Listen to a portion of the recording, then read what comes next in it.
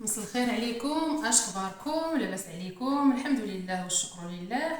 ان شاء الله تضلوا بخير وعلى خير وفي صحه جيده واموركم تمام. مرحبا بكم معايا في فيديو جديد. اليوم غادي نوجدوا الخليع ديال الدجاج. كيف ما كتشوفوا معايا عندي هنايا جوج صدوره ديال الدجاج فيهم تقريبا اكثر من كيلو. قطعتهم انا كيف ما كتشوفوا بهذه الطريقه هذه. يمكن لنا نقطعوهم بحال هكا، يعني شرائح طوال بزاف او قصارين مثلا بحال هكا. يعني فينا نكبروهم او نصغروهم كيبقى الاختيار لينا. كذلك عندي هنا الزبده. عندي هنا 200 غرام ديال الزبده. عندي البودره ديال القزبر يابس، ما طحنتوش بزاف حيت لما كنكونوا غادي نديروا القزبر في الخليع كيف ما كانت النوعيه ديال الخليع كنخليو شويه القزبر واضح، ما كيكونش كنخليوه شويه هكا حرش او خشن. كذلك عندي الثوم. الثوم كاين اللي كيخليه بالقشره ديالو، كينظف الثوم مزيان وكيدقو في المهراز. الا متوفر عندكم المهراز كتدقوه في المهراز بالقشره ديالو، لكن من بعد ما كنظفوا الثوم. كاين اللي كيبغي يحيد هذيك القشره ديالها وكيخليها هكا. انا فضلت نحيد لها القشره حيت ما متوفرش عندي المهراز في الدار، حيت كان متوفر كنت غادي ندقها بقشرتها. هذا اللي خلاني انا نحيد لها القشيره ديالها. كذلك عندي الملحه، غادي ننزل الملحه القياس. وعندي الزيت، عندي هنا كاس ديال الزيت وكاس ديال الماء. يعني غادي نضيف كاس الماء وكاس الزيت، وغادي نزيد بنفس العبار غادي نزيد نصف كاس ديال الماء. يعني غادي يكون عندي الخليع ديال الدجاج غيكون عندي فيه كاس ونصف د الماء وكاس ديال الزيت بنفس العبار. صافي دابا غادي ندوز باش غادي نتبل هاد سميتو ديال الدجاج، الخليع ديال الدجاج.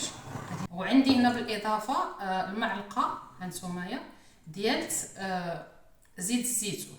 هانتوما باش نضيف الزبده، ولكن الزبده من نوعيه ممتازه، يعني من نوعيه جيده اللي كتكون زوينه بزاف. كنكونوا يعني ديال الماكله كنكونوا كناكلوا منها، ماشي ديال الحلويات ولا ماشي اي زبده. هذا القصد ديالي، ماشي اي زبده نديروها في سميتو، لكن كتعطينا واحد الاضافه جميله بزاف، كتجي رائعه. صدقوني يعني حتى الخليع ديال الدجاج كيجي رائع.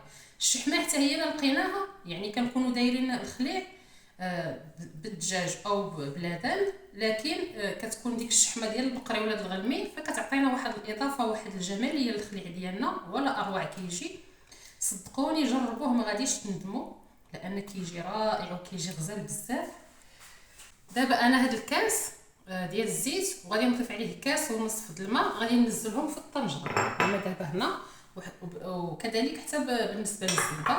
اما هنا انا فقط غادي نضيف الملح، ضفت زيت الزيتون، معلقه زيت الزيتون، وغادي نضيف يعني معلقه صغيره عامره بهذا سميتو، هذه المعلقه هذه عامره بالملح.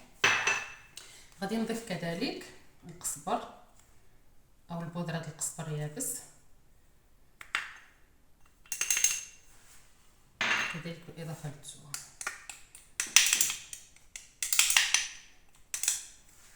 صافي وكنبداو كنخلطوا.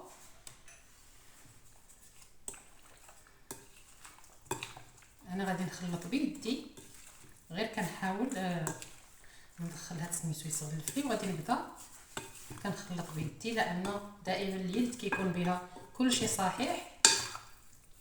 بحال كنقيسو، يعني بحال كنعبرو بيدنا، يعني العبار كيكون باليد ديالنا اكثر من كلشي، لان كلشي كيكون يعني واضح بالنسبه لينا حنا، بالنسبه يعني الناس اللي كيكونوا كياخذوا القياس بيدهم. هذا اللي قصدي انايا.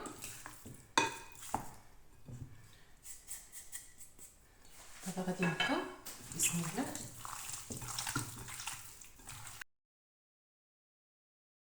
صافي دابا انا من بعد ما دخلت فيه التتبيله غادي نخليه واحد من ساعه حتى ساعتين. نتوما فيكم الا بغيتو ديروه يعني هكا في العشيه وتخليوه يبات في التتبيله، وحتى الصباح عاد تخليوه يطيب عاد توجدوه. فيكم الا بغيتو تخليوه حتى يعني يومين، لكن من بعد ما تبلوه تدخلوه للثلاجه كتخليوه حتى اليومين باش كتدخل فيه ديك التتبيله، وكيولي كيطلع لينا واحد الخليع رائع. كيبقى لكم نتوما الاختيار. بالنسبه لي انا هذه هي التتبيله اللي كندير في الخليع، لا سواء كان ديال البقري او غلمي او معزي او بيبي او دجاج. هذه هي التتبيله اللي كندير انايا في الخليع دائما.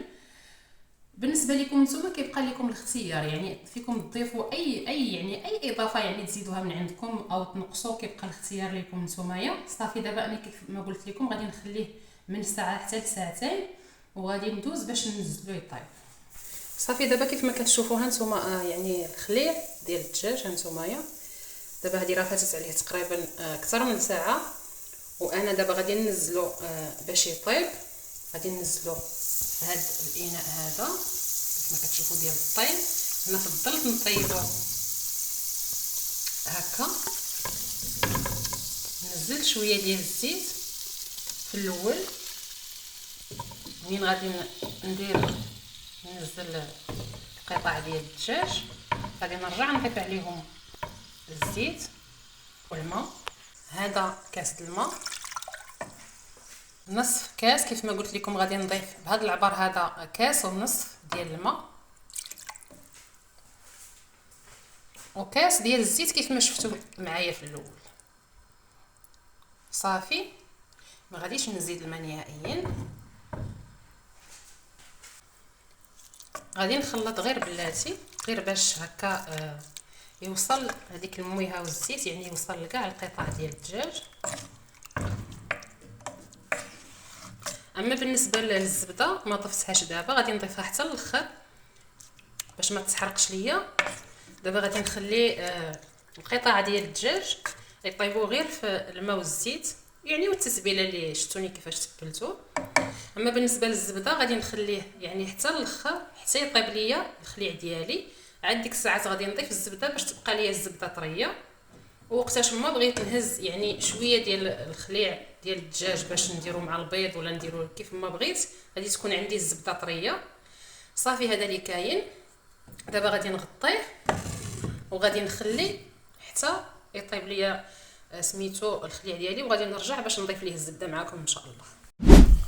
كيف ما كتشوفوا دابا هانتوما ما بقاش الماء كاع، نشفت من الماء هانتوما، بقى فقط الزيت هانتوما. فقط بقى هذاك الكاس ديال الزيت، هذاك الكاس ونصف ديال الماء اللي درت فهما فيهم طاب لينا الدجاج او القطع ديال الصدر ديال الدجاج. هانتوما شوفوا شفتوا كيفاش طابوا. ودابا كيف ما قلت لكم قبيله غادي نضيف الزبده في اخر سميتو في اخر لمسه ديال الخليع ديال الدجاج ديالنا. غادي نضيف 200 غرام ديال الزبده باش هكا يبقى لي الصدر ديال الدجاج طري، يعني ما يجينيش ناشف لما نبغي نهز واحد القطعه ولا جوج ديال الدجاج ونضيف يعني هكا ندير كيف ما كنديروا في الخليع، يعني كنديروا طويجنات ديال الخليع بالبيض فكذلك تماما حتى هكا ديال الدجاج. صدقوني كيجي اكثر من رائع. دابا غادي نتسنى الزبده غادي تذوب وغادي ندوز باش ندير معكم يعني واحد المقيله ديال الخليع. يعني غادي نهز قطع ديال الدجاج من هاد الطنجره ديال الطين او ديال التراب او ديال الخزف كل واحد شنو كيقول ليها، وغادي نديرهم يعني طويجين هكا ديال الخليع في المقيله. صافي غادي نهز قطع ديال سميتو من هنا مع الزبده، ومن بعد غادي نفقس عليهم البيض، او لا يمكن ليا نفقس البيض او نفقي البيض هو الاول وعاد من بعد نرجع نقطع هكا. كنجيب مقص او موس ماضي وكنديروا يعني قطع ديال الدجاج كنقطعهم هكا ضامات وكنزلهم من الفوق. كيجي تماما ما كاينش فرق ما بين الخليع ديال البقري او الغلمي او المعزي وما بين ديال البيبي او ديال الدجاج، كيجي نفس الريحه نفس المذاق. الاختلاف كيكون غير في اللحم صافي، هادشي اللي كاين. اما بالنسبه للمذاق كيجي نفسه ما كيتغيرش. يعني فقط يعني للتذكير بالنسبه لهاد الطنجره هذه او هذا ماشي طاجين وانما طنجره ديال الخزف او ديال التراب او ديال الطين، فيمكن لكم تطيبوا فيها اي حاجه بغيتوها. فيكم تطيبوا فيها القطاني او اللحم او الدجاج فكيجي فيها الطياب رائع وكيجي كيحمق. فقط هادشي بغيت نقول لكم، يعني انا ما مطيباش الخليع في الطاجين وانما مطيباه في طنجره ديال الطين او ديال التراب، كل واحد كيفاش كيسمي. صافي هادشي اللي كاين. دابا كيف ما قلت لكم غادي نستنى الزبده تذوب ليا وغادي ندوز باش ندير معكم يعني هكا واحد المقيله باش تشوفوا كيفاش كيجي يعني كيفاش كيجينا الطبق ديال الخليع ديال الدجاج. صافي هذا اللي كاين. حاجه اخرى بغيت نقولها لكم بالنسبه لهذا ديال الدجاج، ما كيبغيش ديك خلط بزاف، يعني هذا خاصو ينزل باش ما كيتزل، ماشي بحال اللحم، حيت اللحم كيكونوا عندنا يعني قطع ديال اللحم كيكونوا فيهم حتى العظومه بعض المرات، فكنبقاو قابلينه كنخلطوه. هذا فقط كيبدا كيطيب، كنمهلو عليه العافيه وكنخليوه كيطيب على مهلو، وما كنكثروش ليه داك التخلاط او التحلاك بزاف باش ما كيتفتتش لينا وكيولي لنا بحال العصيده. فقط هذا اللي كاين، وغادي نرجع معكم ان شاء الله من بعد. دابا كيف ما كتشوفوا معايا انا طفيت على سميتو ديالنا، هانتومايا الدجاج ديالنا، هانتوما شفتوا كيفاش تبارك الله ما شاء الله طاب. دابا غادي نهز من هنا هاد الزيت والزبده اللي عندي هنا، وغادي ندوز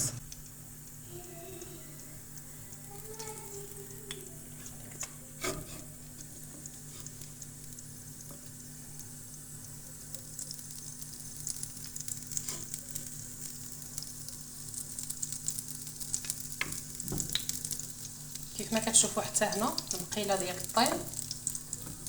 هانتوما هذا البيض، نزلت البيض بالاول وانا مقله على البوطه باش ما يتحرقش ليا البيض. ودابا غادي نبدا نهز القطع ديال الدجاج وننزلهم.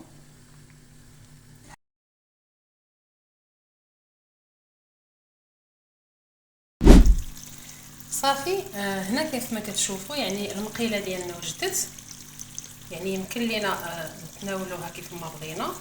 يمكن لينا نزيدو الا بغينا نضيفو واحد يعني حبات ديال الزيتون الكحل نضيفوهم، يعني كيجي حتى هو كيتواتى معاه. صدقوني هذا الخليع ديال الدجاج كيجي اكثر من رائع، جربوه ما غاديش تندموا، لان كيجي ولا اروع. صافي هذا اللي كاين. المقيله ديالنا راها وجدت، يعني دابا غادي نطفي عليها، غادي نخليها تبرد ومن بعد غادي نقدمها. غادي نقول لكم بالصحه والراحه. وصلنا لنهايه الفيديو، نتلاقاو في فيديو اخر، مع السلامه.